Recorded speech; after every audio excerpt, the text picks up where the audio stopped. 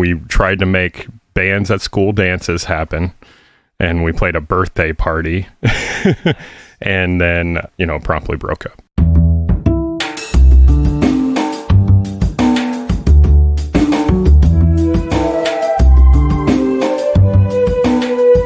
This is Champagne is Also a Band podcast. One songwriter, one song.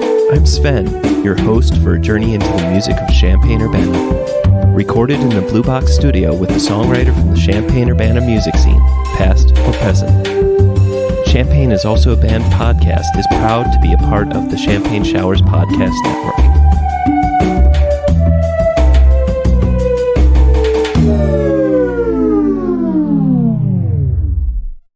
Welcome to part 2 of episode 64.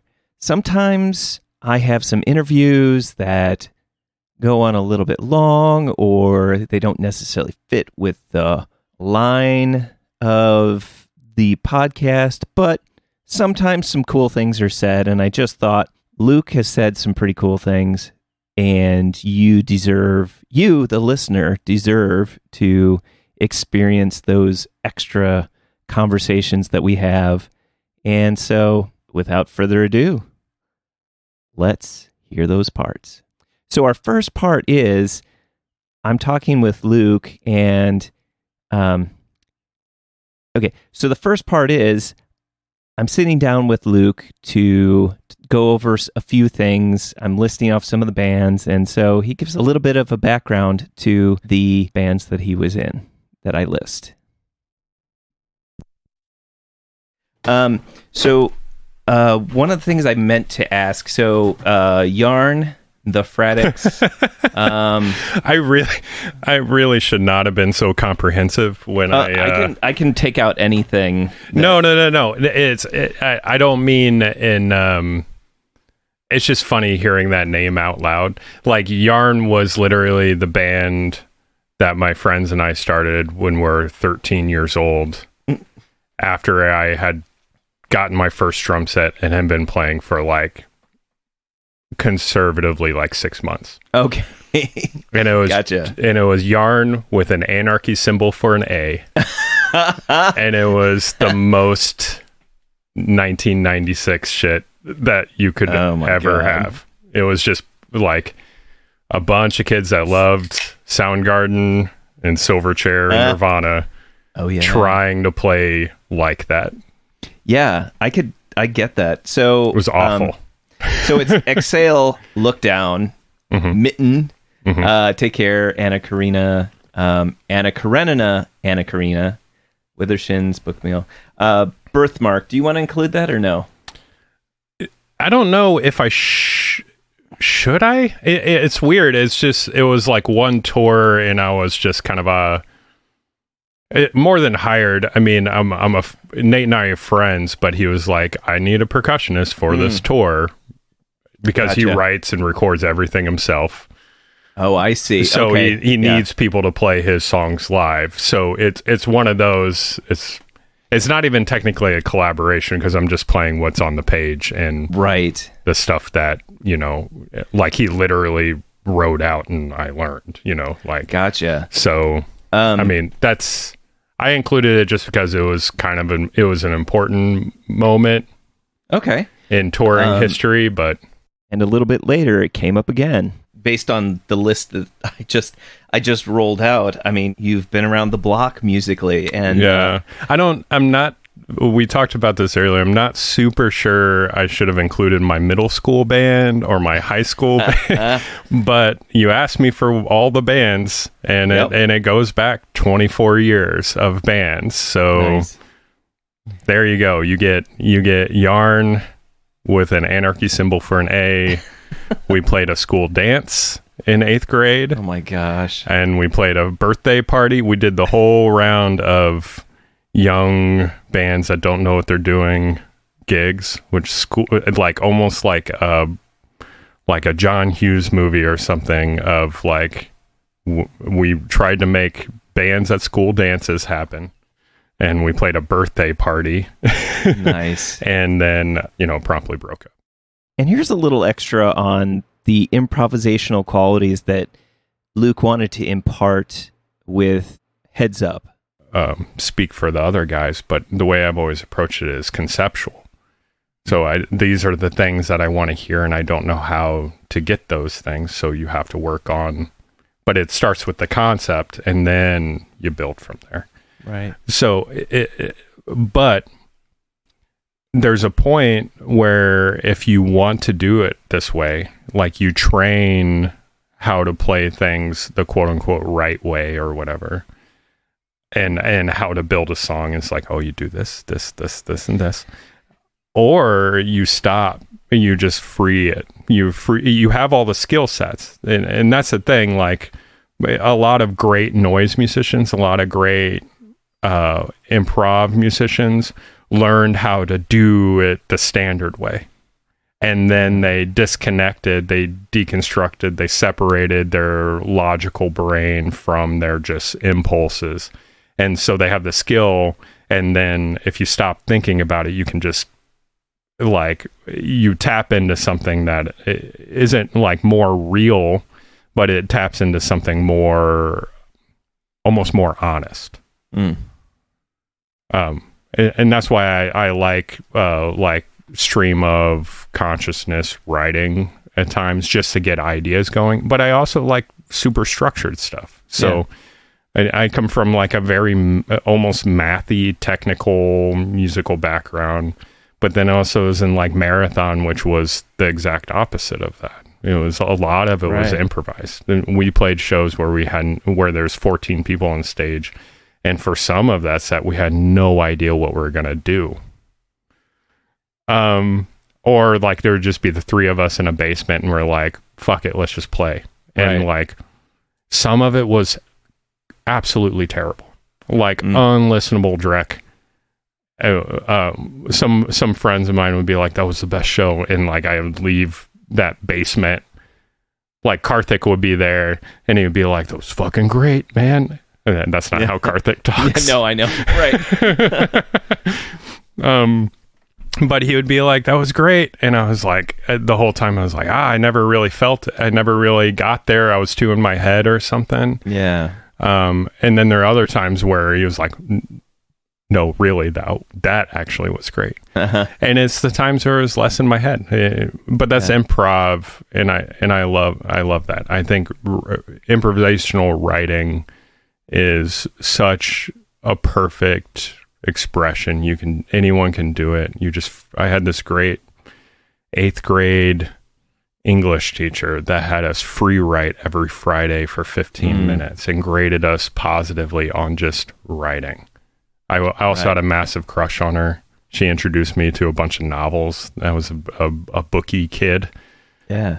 And I like free writing has always been a part of the process ever since. So cool. And here's a little bit about getting back out after the pandemic and seeing a great show at the Rose Bowl.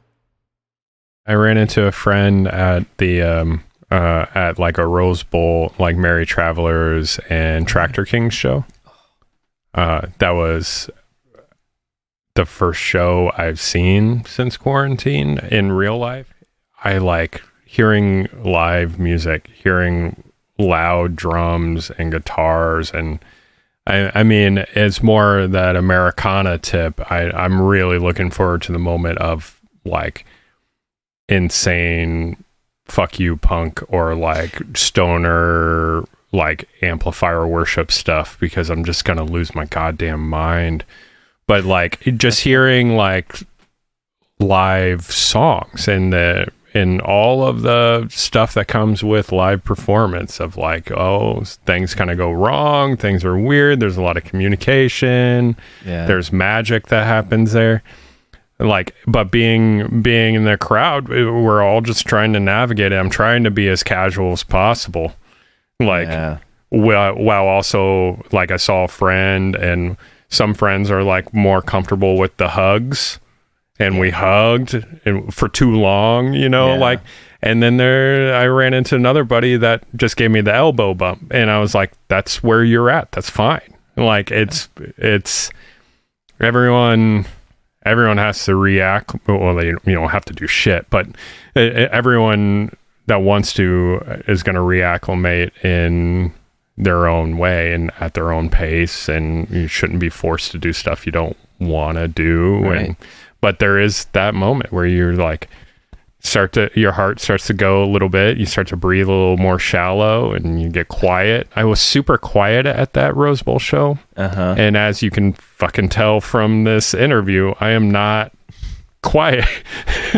Right. I have I have a big boom boom voice, and I talk a lot, and I love to chat with people. Yeah. I'm impossible. I leave the party last every fucking time. And this quarantine has really punctuated the fact that I am an extreme extrovert, and that I like started to really kind of lose a grip on my personal well-being and sanity by being by not having lots of people in my life. I need lots of people. But luckily, it's my wife and I, and we're in her home, and we get to hunker down. And I was a caretaker for my grandparents for most of quarantine, and I got to be with my uncles and stuff. But I need people. I need social interact. I need to go to a bar and walk down the aisle and talk to everyone that I know.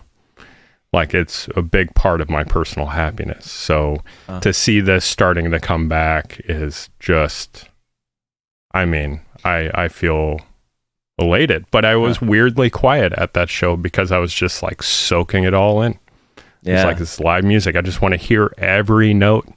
Like, people are chatting during the songs, and I was just like, I haven't seen Jake and the Tractor Kings in a long time, and Aaron and Josh Lucas is playing drums with them now, and I hadn't seen that yet. And I was like, oh my God, these are all people I love, and I want to hear everything they're doing.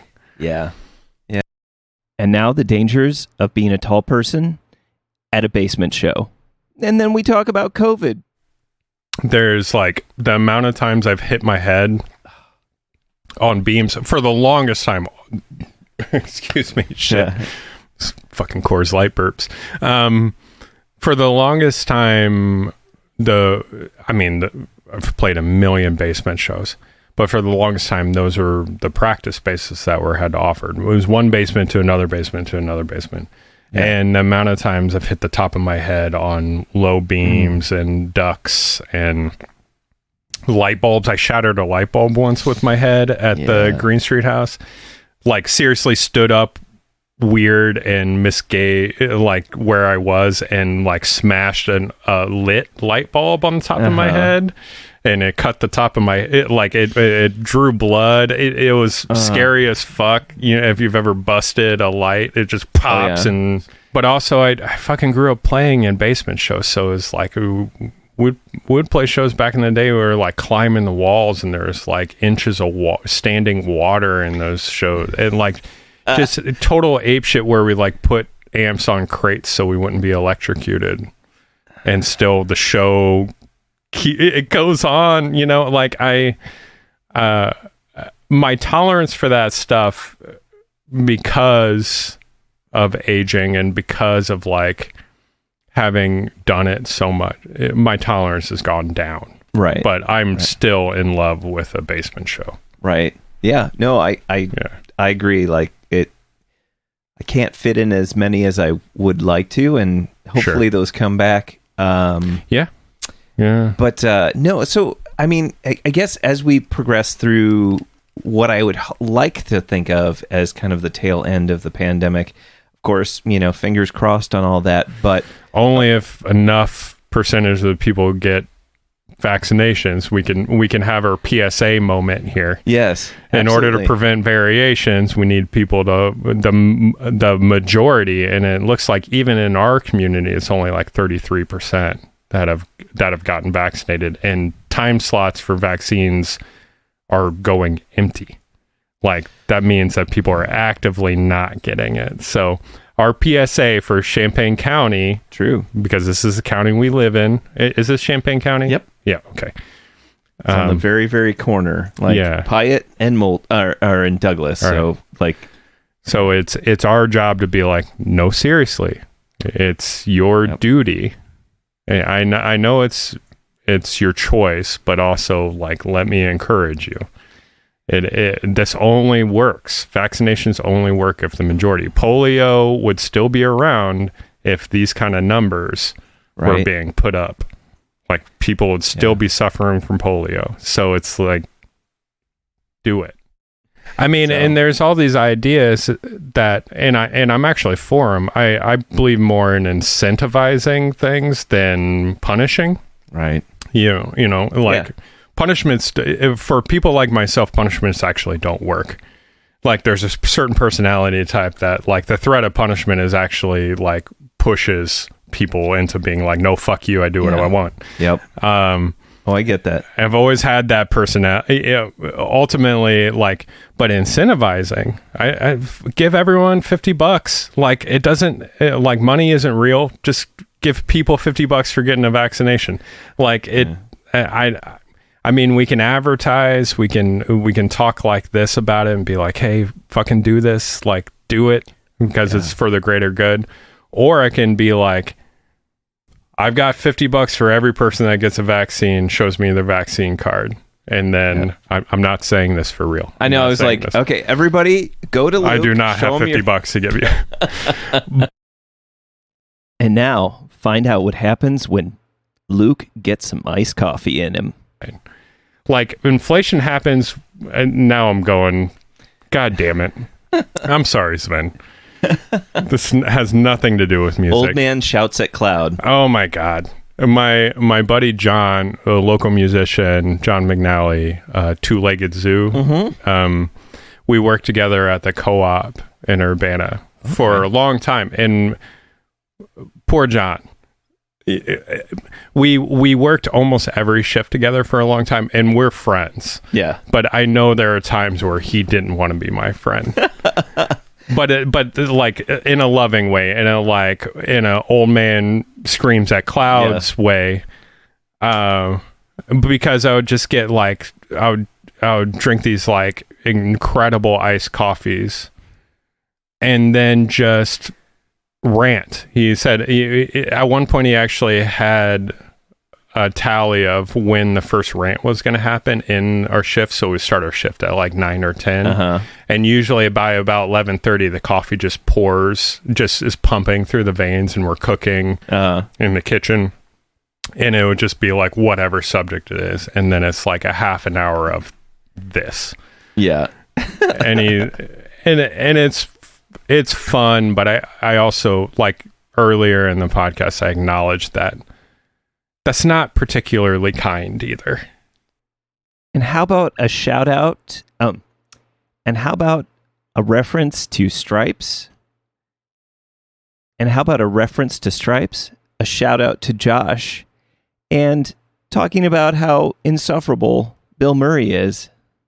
But I was going to mention there's a great line in Stripes. Oh, yeah. Where, so Harold Ramis and Bill Murray, it's a buddy. You've seen Stripes, yeah? But it's a line that my friend Joshy John Boyd, he will really appreciate me calling him Joshy. And I used to quote to each other all the time because we were broke and roommates for years and years. And he was in Violet Skies. So it's on topic. He was in Violet Skies, and he was in the very first edition of Fireflies, which was basically a Violet Skies reunion. And then he went on to do other stuff, other bands, and be like a fucking awesome chef. He worked all over town. He's a rad dude. And he's in Montana now. He's my best man. He's a great dude. Okay. This is a shout out to my buddy Josh Boyd. Anyways, we used to... Because it often happens where we're running out of beer. That was just the thing.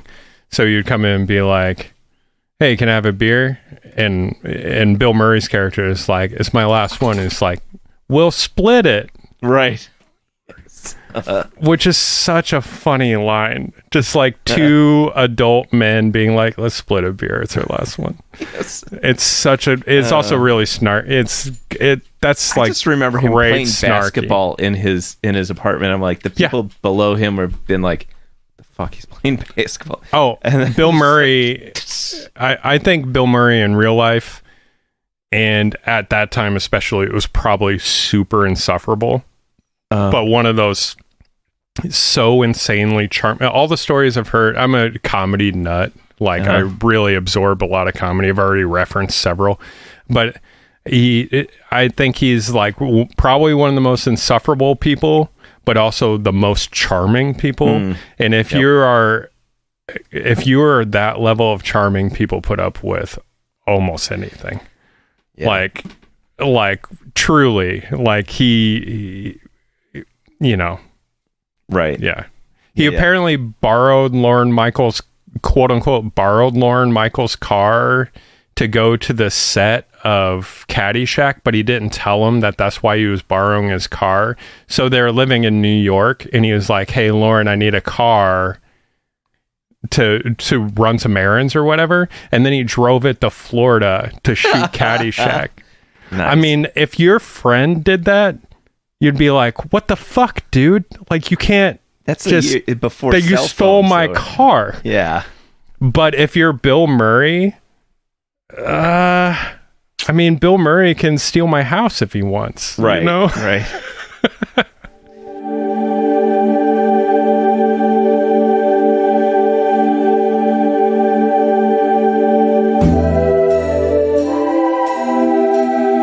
Thank you for listening to Champagne is Also a Band podcast. This is Luke Bergkoetter reminding you, great music is out there. Go find it where you live.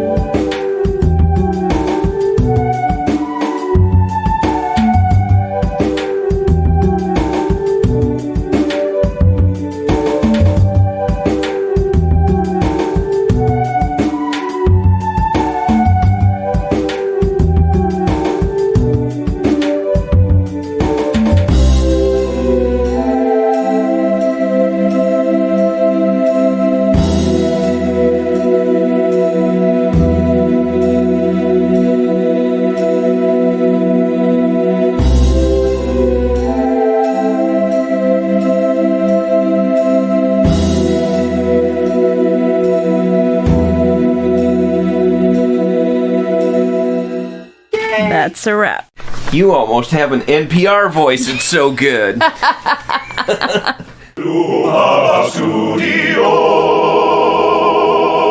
South Peter on the inside.